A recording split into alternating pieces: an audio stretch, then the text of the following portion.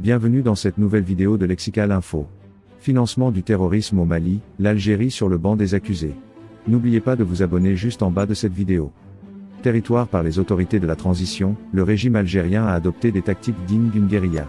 Non associée à la grande victoire des forces armées maliennes, FAMA, dans notre septentrion, l'Algérie, qui aspire à briller diplomatiquement sur le continent africain, estime avoir laissé passer une occasion unique.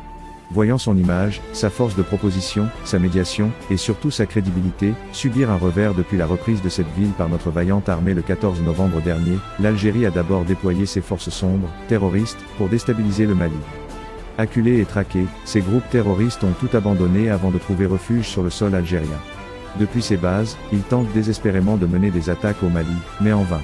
Sous le leadership du président de la transition, le colonel Assimi Goïta, le Mali a su déjouer les mauvais pronostics et infliger des pertes inestimables aux terroristes.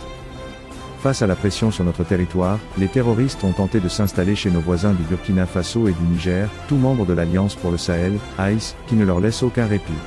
Malgré l'épuisement de ses ressources en termes de manœuvres politiques et militaires pour déstabiliser le Mali et la région du Sahel, l'Algérie, sous couvert de libération d'otages, revient à la charge en injectant plus de 13 millions d'euros, soit 8 527 441 000 FCFA.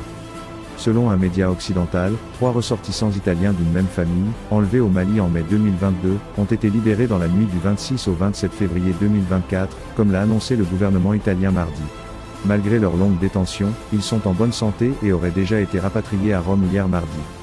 Selon des informations officielles, la famille italienne appartenant au mouvement religieux des Témoins de Jéhovah, vivant au Mali depuis plusieurs années, avait été enlevée par des hommes armés du groupe de soutien à l'islam et aux musulmans, JNIM, une alliance djihadiste affiliée à Al-Qaïda. Leur libération aurait été rendue possible grâce au travail des services secrets italiens et à des contacts avec des personnalités tribales et les renseignements locaux, tentent d'assurer le gouvernement italien.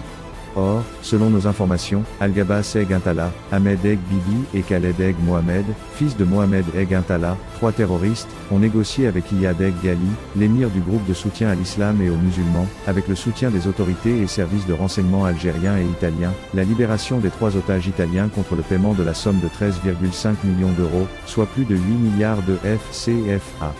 Merci pour votre aimable attention et n'oubliez pas d'activer la cloche de notification. Merci.